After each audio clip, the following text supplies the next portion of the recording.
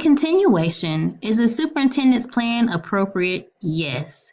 SBB, student-based budgeting, is not only a strategy, but is seen as an effective approach to resource use. The main goal is to increase under and overspending and increase resources for those students who need it the most. It also supports the Leandro's case that every school district must have resources to adequately support students and teachers. Advantages of this: funding equity. Students with the same need get the same amount of funding. Budget transparency. Districts decide which students and school characteristics should be weighted and how much. Incentives to keep students.